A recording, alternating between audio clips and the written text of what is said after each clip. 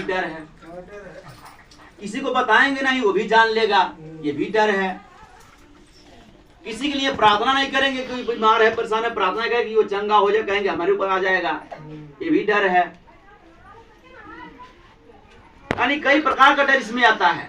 जो संदेह करते हैं, डरते हैं, डरपोक और अविश्वासी, जिसका विश्वास कमजोर है, विश्वास का पक्का नहीं है, इरादा का पक्का नहीं, मजबूत नहीं है, अविश्वासी और घिनौने जो काम करते हैं, घिनौने और हत्यारे जो हत्या करते हैं, पैसे पया के उनका नुकसान करते हैं, हत्यारे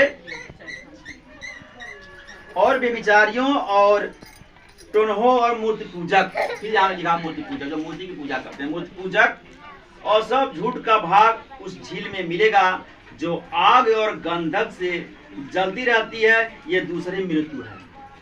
ये लोग आग और गंधक के झील में डाले जाएंगे, ये दूसरी मृत्यु है। ये प्रभु का वचन कहता है जो बाइबल में लिखा है, ये दूसरी मृत्यु है। ये लोग आग और गंधक के झील में डाले जाएंगे, ये दूसरी मृत्यु। ऐसे लोग स्वर्ग में नहीं जा सकते।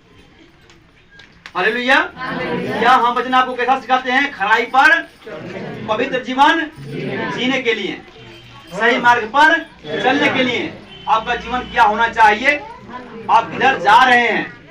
हमारा कर्तव्य है आपको, जो आप वहां के विधर्म में जा रहे हैं, उस विधर्म से खींच के हमें धार्मिकता पर लेके चलना हमारा कर्तव्य है। हमारा मार्ग हमें शिक्षा देना है,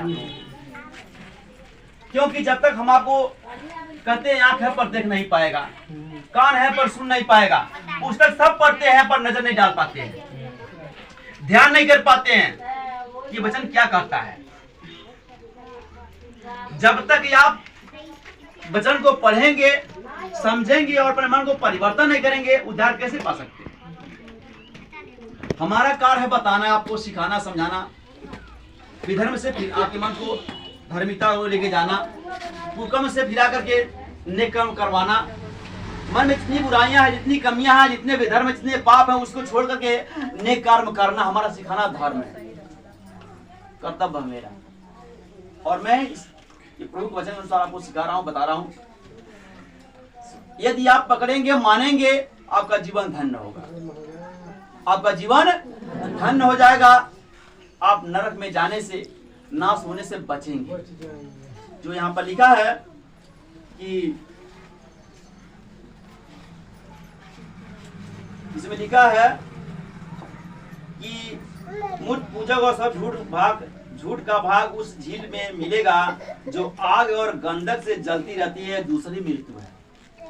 जो आग और गंधक से जलती रहती है, ये दूसरी मृत्यु, उसमें जाएंगे, जो सदा जलती रहेगी, नरक में जाएंगे।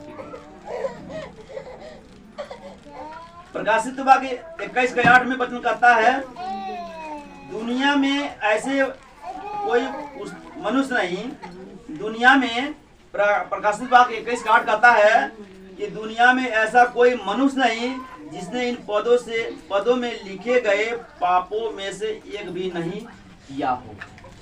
कोई ऐसा व्यक्ति नहीं है जो ये जितना हम पढ़े हैं, इन किए हुए जो पद हैं, इन पापों में से किसी ने एक भी नहीं किया हो। जरूर सबने किया होगा, एक नहीं एक, सबने पाप किया है। और पाप की मजदूरी क्या है? मृत्यु। ये नरक को लेके जाएगी, नाश होने के लेके जाएगी, ये दूसरी मृत्यु में लेके जाएगी। इसलिए हमें क्या करना होगा? जो किए सो किए, अब से हमें क्या करना है? सुधारना है। जो पहले पाप किए, जाने अनजाने में गलती किए, गुनाह किए, तो यदि कोई व्यक्ति किसी के सामने घुटने टेक लेता, भैया मैंने जो भी गुनाह किया, गलती किया, मैं अपनी गलती को स्वीकार करता हूँ, मान लेता हूँ, और भैया बाबू मुझे क्षमा करो, वो भैया बाबू आपको जरूर क्षमा करेंगे। वैसे ही परमेश्वर को वचन कहता है, ये तू अपने पापों को मान ले, ये तू अपने पापों को मान ले, परमेश्वर सामने घुटने टेके बोल, मैं पापी अपराधी हुए पिता, मैंने तेरे विरुद्ध जो भी पाप गुनाह किया है और मैं अब पाप नहीं करूंगा। तो जब आप अपने पापों को मान लेंगे तो परमेश्वर आपको क्षमा करेगा, अवश्य क्षमा करेगा। आगे इस वचन में हम पढ़ते हैं। हालेलुया। ठीक है, दुनिया में ऐसा कोई मनुष्य नहीं जिसने इन पदों में लिखे गए पापों में से एक भी नहीं किया हो, इसलिए सब पापी हैं। सब क्या है? सब पापी हैं। परमेश्वर के नियम के अनुसार सब लोग दंड के अधीन हैं। जितने लोग हैं इस दुनिया में, परमेश्वर के नियम के अनुसार सब लोग दंड के अधीन हैं और नरक के योग्य हैं। इसमें लिखा है नरक के योग है, प्रकाशित वाक्य 21:8 में लिखा है, सब नरक के योग है। यदि कोई इन वचनों के द्वारा अपने आप को दोषी समझता है, जो हम बता चुके हैं, यदि आप अपने अंदर समझ लिए कि हाँ मैंने पाप किया है, गुनाह किया, अपराध किया, मैं पापी इंसान हूँ, पापी मैं व्यक्ति हूँ, लिखा है यदि कोई इन वचनों के द्वारा अपने आप को दोषी समझता है कि मैं पाप किया हूँ, परमेश्वर जो भी गलती किया जाने अनजाने में एक पापी व्यक्ति हूँ, यदि कोई इन वचनों के द्वारा अपने आप को दोषी समझता है तो उसे यीशु मसीह पर विश्वास करना चाहिए। साफ लिखा है इसमें, यदि जो भी अपने आप को दोषी ठहराता है, जितने वचन पढ़े गए हैं इसमें जरूर कोई पाप किया है। तो प्रभु का वचन कहता है यदि कोई इन वचनों के द्वारा अपने आप को दोषी समझता है तो उसे यीशु मसीह पर विश्वास करना चाहिए। किस पर? यीशु मसीह पर विश्वास करना चाहिए। हालेलुया। क्यों विश्वास करना चाहिए? हम वचन आपको देते हैं, यूहन्ना रचित सुसमाचार 3:16 पढ़िए। क्यों विश्वास करना चाहिए? पढ़िए आगे 3:16 पढ़िए, पुस्तक खोलिए, हंस के पढ़िएगा पाठ, क्योंकि बहुत से लोग कहेंगे कि हम यीशु मसीह को क्यों माना। सुनिए क्यों पढ़ना चाहिए। हालेलुया। हालेलुया। क्योंकि परमेश्वर ने जगत से ऐसा प्रेम रखा कि उसने अपना इकलौता पुत्र दे दिया, ताकि जो कोई उस पर विश्वास करे वह नष्ट न हो परंतु अनंत जीवन पाए। हालेलुया।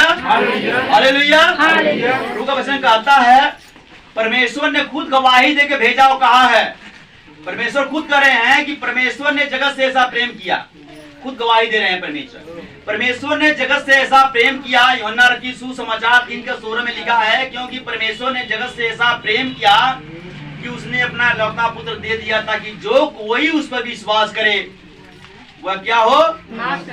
नष्ट न हो परंतु अनंत जीवन पाए, वो अनंत जीवन पाएगा। आगे पढ़िए 18 नंबर 3:18 जो इस पर विश्वास करता है उस पर दंड किया गया नहीं। हालेलुया।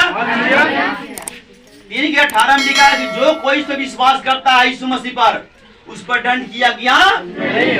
आगे पढ़िए। परंतु जो उस पर विश्वास नहीं करता वह दोषी ठहर चुका। परंतु जो यीशु मसीह पर विश्वास नहीं करता वह दोषी ठहर चुका। जो यीशु मसीह पर विश्वास नहीं करेगा वह दोषी ठहर चुका। जो नहीं समझेगा कि परमेश्वर का पुत्र है वह दोषी ठहर चुका, और जो विश्वास करेगा उस पर दंड किया गया नहीं है। आगे पढ़िए। इसलिए कि उसने परमेश्वर के इकलौते पुत्र के नाम पर विश्वास नहीं किया। इसलिए कि उसने परमेश्वर के इकलौते पुत्र के नाम पर विश्वास नहीं किया, इसलिए वो दोषी ठहरा। हालेलुया। वही एक सिंह हमारे लिए ऊंचा किया, वह है यीशु मसीह, जो हम वचन संहिता में को समझाए हैं, वह यीशु मसीह। इसमें लिखा है यदि कोई इन वचनों के द्वारा अपने आप को दोषी समझता है तो उसे यीशु मसीह पर विश्वास करना चाहिए। जो यीशु मसीह पर विश्वास करेगा उस पर दंड किया गया नहीं है, वह धर्मी ठहरेगा, और जो विश्वास नहीं करेगा वह दोषी ठहर चुका। यीशु मसीह पर विश्वास करना चाहिए जिसने पापियों को छुटकारे के लिए क्रूस पर मृत्यु सहकर उद्धार का काम पूरा किया है। क्यों विश्वास करना है? क्योंकि वो पापियों के लिए जगत में आया, संसार में आया, और क्रूस पर अपना मृत्यु सह करके पापियों को उद्धार के लिए अपना जीवन दिया है और मृत्यु को सह लिया है पापियों के। जो उस पर विश्वास करेगा वह जीवन पाएगा। हालेलुया। और जो विश्वास नहीं करेगा वह दोषी ठहर चुका। और क्या हुआ? वह दोषी ठहर चुका। जो विश्वास नहीं करेगा यीशु मसीह पर वह दोषी। तो उद्धार पाने का केवल एक ही रास्ता है कि हमारे वह कौन? यीशु मसीह है। यीशु मसीह पर जो विश्वास करेगा वही उद्धार पाएगा, वही जीवन पाएगा, वही छुटकारा पाएगा, और वो उसका पाप उसका वही क्षमा कर सकता है, वही यीशु मसीह क्षमा कर सकता है। आगे क्या लिखा है?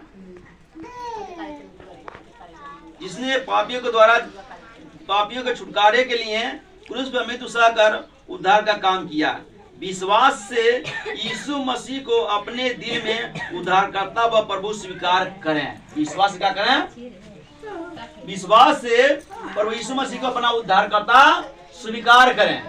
ये उद्धारकर्ता हैं जो इस दुनिया में आए और हमारे पापों के लिए मारे गए, गाड़े गए और तीसरे दिन जी उठे। वह जी जो इसको स्वीकार करेगा वो हमारे उद्धार करता है, उसका जरूर उद्धार होगा, चाहे कोई व्यक्ति क्यों ना हो। उद्धार पाने के लिए मन से विश्वास करना पड़ेगा, हृदय से विश्वास करना पड़ेगा।